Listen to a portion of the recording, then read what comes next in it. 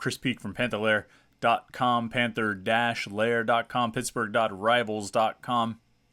Here with your Morning Pitt talk. You get your morning shower, you get morning shave, you get your Morning Pitt right here on YouTube.com/Panther-Lair.com. Make sure you like this video and subscribe to our YouTube channel. Click the like button. I mean, you see it down there. It's a little thumbs up. Just click that. It takes you no time whatsoever, and it makes me feel really good because I feel like you gave me the thumbs up. And so do that solid for me. I'm helping you get started. I'm helping you get started on your day. You can help me out by hitting that like button. And, of course, click the subscribe button. It's right down there. Subscribe to our YouTube channel, youtube.com/Panther-Lair.com. Doesn't cost you anything. It doesn't require you to do anything. All you have to do is click subscribe, and that's it.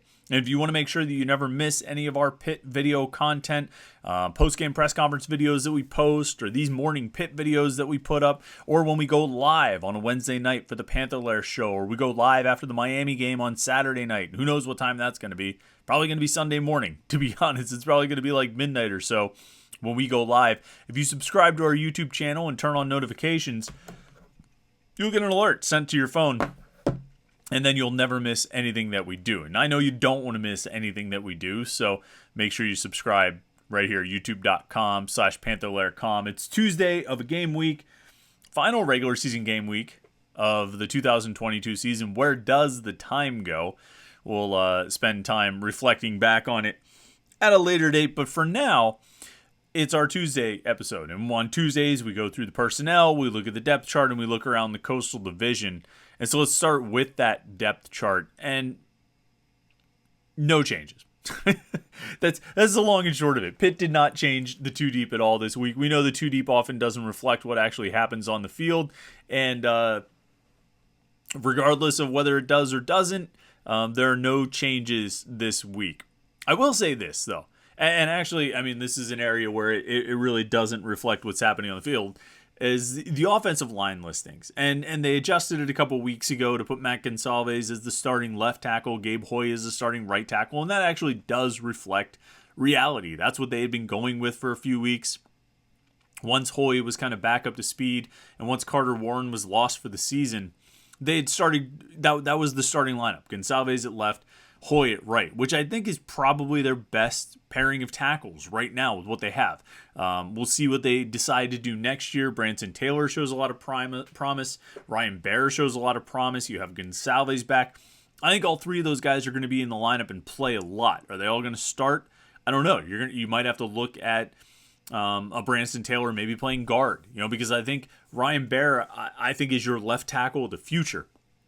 And so I think you're going to want to get him out there as much as you can. He's still in line. He's going to redshirt this year, even if he plays in these next couple of games, because they were able to hold off long enough. So he'll still be able to take a redshirt. So next year he'll be a redshirt freshman. He's got 4 years of eligibility after this season, which means you could get a nice long stretch of reliable, stable, high-end play at one of the tackle spots. I think left tackle or right tackle, either one. He could probably excel at, and he could be your long-term, tackle of the future. And so I think he's going to be out there. I think he's going to be on the field. Where he ends up lining up is going to it's going to depend on a lot of factors. Obviously, his level of play is one of them. But Jake Cradle and Blake Zubovic are going to have decisions if they want to come back and be super seniors in 2023 or move on to the NFL or transfer or retire or whatever they decide to do. There are a couple different paths that could be, they could take them away from playing at Pitt next year. And what those guys decide to do is probably going to impact how Pitt fills out the rest of the starting lineup on the offensive line. You would think Ryan Jacoby would be in line for that left guard job. But then you're going to need a starter at center and a starter at right guard, depending on what Cradle and Zubovic decide to do. If both of those guys would decide to leave, I wouldn't be surprised if you see one of Taylor, Gonsalves, or Baer end up playing right guard. We're getting really far down the road, and there's a lot of hypotheticals and what-ifs in there. But that is sort of how the situation's shaping up for next season. Where they have kind of a curious listing is at center this year on the two deep. They have Jake Cradle or Owen Drexel.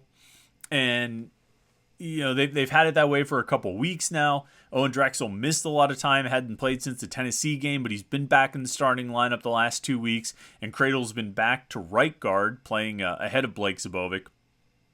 who's listed as the starter at right guard. It ultimately doesn't matter. That's what they're going to roll out there at Miami this week, assuming everyone's healthy. You're going to have Gonsalves, Minor, Drexel, Cradle, and Hoy, with Zubovic occasionally rotating in at right guard. In that game on Saturday against Duke, Gonsalves, Hoy, and Minor played every snap. I mean, those guys were out there the entire game. And then Drexel played all but like 10 snaps at center. Cradle played just a couple snaps fewer than Drexel, occasionally rotating in place of Drexel. Zubovic ended up playing about 25 snaps.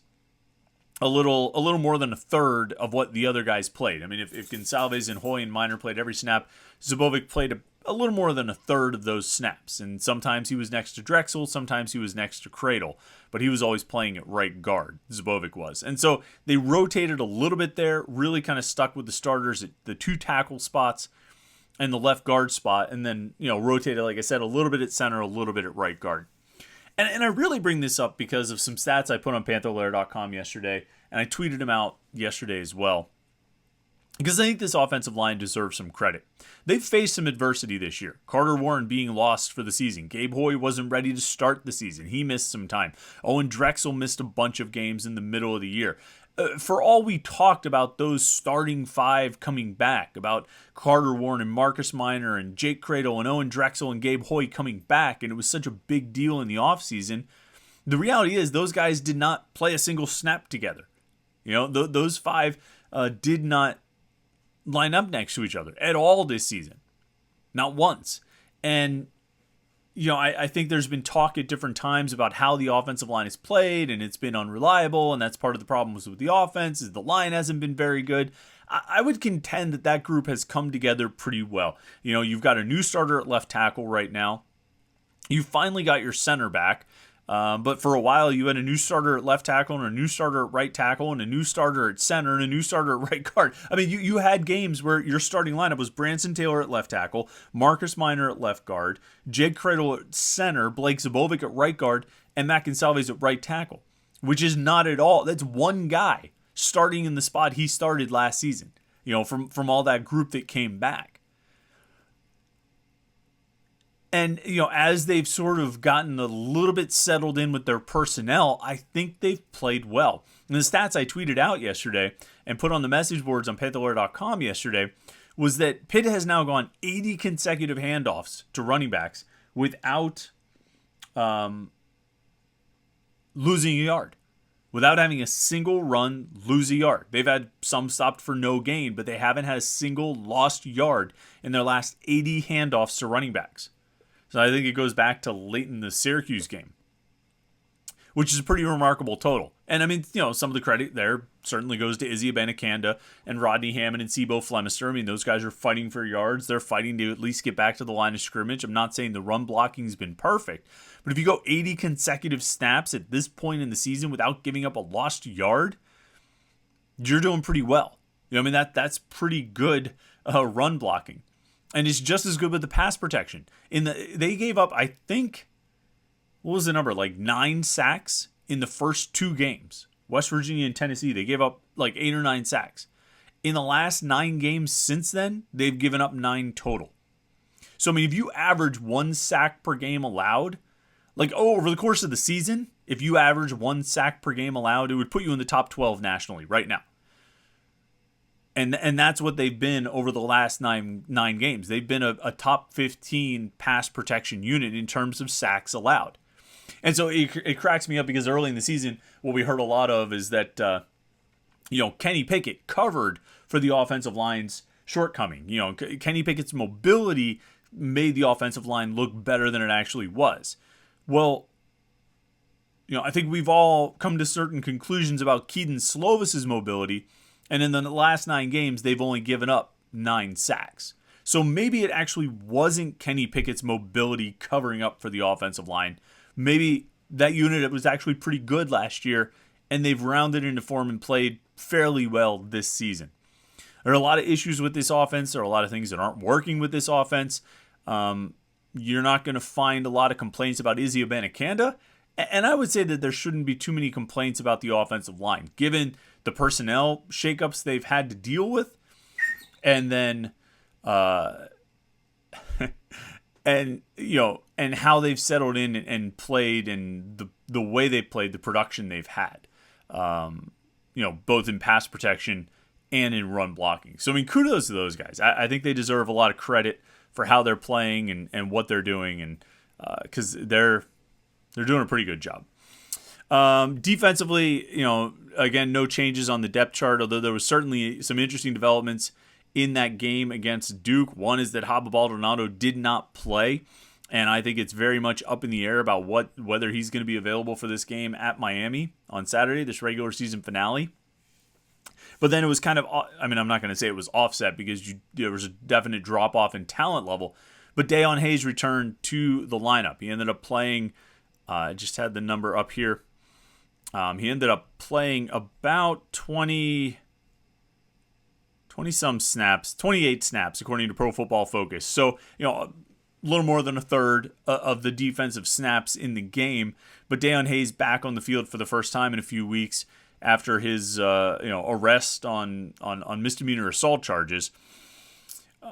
He had been under a suspension of sorts, and apparently satisfied Pat Narduzzi with and whatever expectations there were, in-house expectations to get back on the field, and he did. I can't say that Dayon Hayes made a big impact on the game, but if nothing else, he added to the rotation, because when you take Haba Baldonado out, everybody's getting bumped up. Obviously, there's John Morgan and Deslin Alexander, and both of those guys, Morgan played, according to Pro Football Focus, played 52 snaps, which was the season high for him in that game against Duke. Deslin Alexander played 56 snaps, which was the second most for him this year. He played 58 against Virginia Tech. So both of those guys were doing yeoman's work and playing 2/3 of the snaps, which is a lot for a defensive end to do. But when you're in that situation, you're obviously going to get a lot of snaps out of those guys. But without Baldonado, you're now relying on Dayon Hayes and Chris Maloney for more playing time. And like I say, Hayes played about 28 snaps. Bam Burima actually played 8 snaps at defensive end. Maloney played 7. They had to dig into the depth, because not only were you increasing the numbers for Morgan and Alexandra, but you had to also make up the rest of those missed snaps that you lost with Baldonado being out. And if he's out again this week, it's going to be the same thing. Alexander's going to have to play a ton. Morgan's going to have to play a ton. And Dayon Hayes is going to have to even, probably play more than he played this past weekend. We'll talk about Miami in a second. We'll talk about, what the pass rush might be able to do. But those defensive ends are going to have some opportunities this weekend, but they're also going to be playing a lot. They might be a little bit tired by the time they get to the end of the game. At linebacker, you still got Tyler Wiltz and Bengali Kamara listed as starters at star linebacker. And one of the more interesting things here is that Wiltz really played both spots, the star linebacker and the money linebacker. He would line up in place of Kamara. He would line up next to Kamara, you know what I mean, as the money linebacker with Kamara at star. He really moved around and played both outside linebacker positions. He's evolved into, maybe Pitt's most versatile linebacker right now. I guess Servassier Dennis still probably holds that distinction because he could play middle or either of the two outside linebacker spots. Shane Simon played middle linebacker on Saturday. He's done that a handful of times this year in addition to his regular duties at money linebacker. But Wiltz is just as versatile as those guys. He doesn't play in the middle. I'm guessing he might be able to. But with playing both of the outside spots, there's a lot of versatility for Tyler Wiltz, and he's been a pretty strong addition. Maybe one of Pitt's best offseason additions this year. So he ended up starting that game at money linebacker. Kamara ended up playing more snaps than Wiltz by about 8, according to Pro Football Focus. But Kamara also plays in that third down defensive package, that Delta defensive package we talked about so many times, with the 3-man line and 3 linebackers and an extra safety who almost kind of functions as a 4th linebacker. Typically, their linebackers in that package are Bengali Kamara, Servassier Dennis, and Solomon DeShields. And that's really where DeShields sees most of his playing time, is in that Delta defensive package. He did rotate in with the base defense a good amount on Saturday against Duke, but he ended up playing about 20 snaps, which is kind of right around where he's been all season, about 20 snaps per game. Most of it coming in that Delta defensive package, but a handful of snaps here and there, probably one or two series, playing in the base defense. And it's all valuable experience for him. Just like, we talk about Branson Taylor or Ryan Barrett, whatever he can get. It's all valuable experience for those guys heading into next season when they're likely going to take on a bigger role. And so, that rotation at linebacker has been interesting to watch all season. How those guys operate together, the pairings that they come up with, that the coaches come up with. And I think they've sort of stretched the versatility more and more as the season has gone on. Shane Simon playing middle linebacker. Tyler Wiltz playing either of the outside linebacker spots. Servassier Dennis did get some snaps outside a little bit earlier this season. Once Simon was ready to move into the middle for some, a drive here or there. He hasn't done as much of that lately. Dennis played 65 snaps out of about 76 or 77 or so defensive snaps. And I think by, his time when he wasn't, he pretty much was just in the middle or on the sideline getting a breather, because he's pretty important in the middle of that defense. But it's been interesting to watch as those linebacker alignments and snap counts and positionings, how that all has sort of evolved over the course of the season. Like I say, nothing else really changed on the depth chart. Still got 3 punters listed as or starters: Caleb Junko or Cam Guess or Sam Vanderhaar. That's not even listed in alphabetical order, so I don't know. I guess alphabetical order by the first name. Caleb, C-A-L, Cam, C-A-M, Sam, S-A-M. Maybe that's the ordering there. Look, here's what it ultimately comes down to. I think I talked about this on the postgame show on Saturday night. I mean, right now, Caleb Junko's a redshirt freshman. Cam Guess is a redshirt sophomore. Sam Vanderhaar is a true freshman. Vanderhaar is the scholarship player. Vanderhaar is ultimately the punter of the future. And I think if you remember back to Kirk Christodoulou's first year as Pitt's starting punter, it was 2018. It wasn't so hot. It's some real questionable moments. He had some times where his youth and his inexperience and his lack of familiarity really kind of shone through. And that was as a redshirt freshman. He didn't even play as a true freshman the way Vanderhaar is playing right now. But he grew and he developed and he got used to it and he got comfortable and he got better. And I think that's the expectation with Vanderhaar. I think they're looking at Vanderhaar as the punter of the future. I think they expect him to continue getting better. I think Guess and Junko have both shown some weaknesses and had some struggles. Vanderhaar absolutely has as well.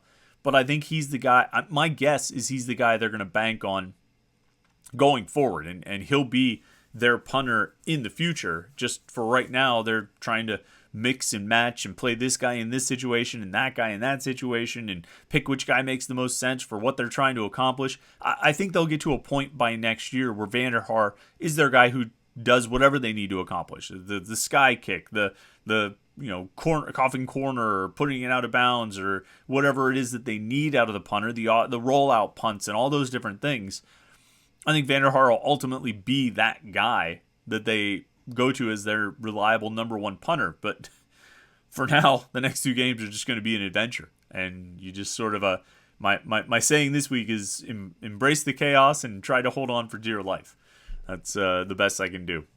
All right, let's look around the Coastal real quick this past weekend. I don't know. This division was full of surprises this weekend. I'll tell you that. We'll start with Miami. Miami goes to Clemson. Huge underdogs, and they sure lived down to it. 40-10 blowout loss. It just miserable performance by Miami. 98 total yards of offense. They don't score a touchdown until the fourth quarter on a short 1-yard pass, and which made it like a 2-score game. And Clemson scored 2 more touchdowns after that just to make sure they put it out of reach. Miami playing without Tyler Van Dyke. I'm not sure what the latest is there. I'm guessing we won't have a definitive answer on his availability for Saturday until Saturday. Obviously, if he doesn't play, that's a huge boost to anyone facing Miami. And he wasn't really that good when they were, or at least Miami wasn't really that good when he was playing earlier this season. So, you know, it would be better for Pitt if Tyler Van Dyke doesn't play. But even if he does, I mean, I'm not going to say that automatically makes this Miami's game to win. I do wonder if that 7-point opening line of Pitt -7 is based, at least in some part, on the expectation that Van Dyke won't play this Saturday. One key stat, Clemson got 5 sacks on Miami. I think that's obviously, that's the recipe for Pitt, is they want to get sacks. They want to get after the quarterback and put pressure on him. And that's going to be the key again, no matter who they face. Obviously, if it's Tyler Van Dyke, they need to get pressure on him. If it's Ja'Cory Brown or Jake Garcia, they need to get pressure there as well. And those guys have been susceptible to the pressure. And, Miami has just been a mess. So that was one outcome. I can't say that was a huge surprise. This one was, though. Georgia Tech goes to North Carolina and wins 21-17. Drake May is human. 16 of 30 for 202 and a pick. He only had 13 rushing yards on 14 carries. Georgia Tech got 6 sacks in the game. And this unstoppable North Carolina offense with the unstoppable quarterback, who I myself have even, gone over the moon about, it got stopped. And now this doesn't change anything for the Coastal race. It doesn't change anything for the ACC championship game. All it does is show that Drake May actually is human, and it probably kills his Heisman Trophy campaign as well, I would think, because you can't do that and lose a home game to Georgia Tech. Who loses a home game to Georgia Tech? Who's ranked in the top 15 and loses a home game to Georgia Tech? Can you imagine how much of a disaster that would be? They're probably, I would guess, and this is someone who has experience covering a team that loses to Georgia Tech at home as a top 15 team. They're probably talking about firing the coach. They're probably talking about how miserable the program is and how there's no hope on the horizon. I can only assume that that's the reaction they're having in Chapel Hill right now. But that was a surprise outcome. I'll tell you another surprise outcome. Virginia Tech went to Liberty. Yes, they played a road game at Liberty in the penultimate game of the season, the penultimate week of the season, and won. Liberty, a top 20 team, has now lost 2 games in a row. Virginia Tech scored in the fourth quarter, scored a touchdown, failed in the 2-point conversion, made it a 23-22 game. And the end of this game, if I'm reading it right, if I'm seeing some of these things right, Liberty almost tried to pull Virginia Tech. Virginia Tech recovered a fumble. Liberty fumbled, and Virginia Tech took over at the Liberty 14. And Jalen Holston, the Virginia Tech running back, ran 7 yards, got to the 7, ran for 5 yards, and made a first down at the Liberty 2. And then I guess on that play, Liberty was trying to pull him into the end zone. And Brent Pry, the coach for Virginia Tech, said, we told the guys we are not scoring here. Liberty will want us to score so that they can get the ball back and have a chance to win the game. But we are not going to score. And so Virginia Tech was fighting very hard not to score. Maybe for the first time all season, they were actually trying not to score, and they were successful at something they attempted to do offensively. But good for Virginia Tech. They get a 3rd win on the season. They're 3-8 now. And they knock off a ranked opponent. So good for Virginia Tech. And then I think that's it for the Coastal games. There was the Duke-Pitt game. And then, of course, Virginia was hosting Coastal Carolina, canceled that game, and actually went ahead and canceled this weekend's game too. Virginia Tech, 2 3-win teams. Season finale in Blacksburg, scheduled for this weekend. In the wake of the shooting in Charlottesville 2 weeks ago, took the lives of 3 Virginia football players. That was why the Coastal Carolina game was canceled. And Virginia Tech and the ACC agreed to cancel this weekend's game too, this regular season finale. Virginia and Virginia Tech will end the year with 3 wins each. Virginia Tech at 3-8, Virginia at 3-7. I don't know what I don't even want to say statute of limitations, because that sounds callous. It sounds like we're trying to rush something. I don't know how long this hangs over the Virginia football program. I presume that the players and the coaches will want to honor the memories of their teammates, will find pride in it, will find motivation in it. At some point, they'll start playing football again. But I think I said even last week when they canceled the Virginia Coastal Carolina game, I have no judgment whatsoever on how that football program, how those players, how those coaches, how that community, the university and the community grieve in this unthinkable situation. I mean, it really is unthinkable. And I think back to last Monday when Pat Narduzzi, was getting choked up just talking about it because he was putting himself in that situation, which I think is a common reaction that a lot of people would have to think, what would I do if I was around this? Not if it happened to me, but if it happened to someone I was close with, if I was on that football team, if I was a part of that coaching staff, if I covered it for the Virginia rival site. It's unthinkable. It's unimaginable. And it's one of those situations I don't think you can really conceive of until you're in it. And thankfully I'm not. Thankfully, I presume you are not as well, but like I said last week, Virginia can take as long as they want to try to move past this. I'm not even say like heal. There's no healing. They move past it. And they're not going to play another football game this year. They canceled the game at Virginia Tech. Virginia Tech obviously willing to go along with that and move on into its postseason, and its off-season activities. And it's going to be an emotional day for that football team when they take the field again next fall. I don't know what their first game is. I'm sure they have their opener already announced, but it's going to be an emotional day in Charlottesville for sure. All right, that's a look around the Coastal. That's Pitt's Too Deep for today. Pitt tonight, Fairleigh Dickinson at 8:30 at the Peterson Event Center. We'll talk about that game on tomorrow's Morning Pitt. We'll also talk a little bit of volleyball and soccer because you know what? Those sports deserve a little bit more attention than we've been giving them. Maybe a little more attention than you've been giving them as well. I'm not sure. There's some diehard Pitt fans out there who definitely pay a lot of attention to the teams outside of football and men's basketball, and I think that's commendable and should be, a few more of us should try to do that as well. So we're going to talk about that tomorrow on the Morning Pitt and anything else that comes up in the world of Pitt sports. Make sure you stay tuned at Panther-Lair.com, Panther-Lair.com, Pittsburgh.rivals.com. It's the most comprehensive source of Pitt sports news on the internet, football, basketball, and recruiting. You find it all at Panther-Lair.com, and of course message boards where you can interact with hundreds and thousands of other Pitt fans.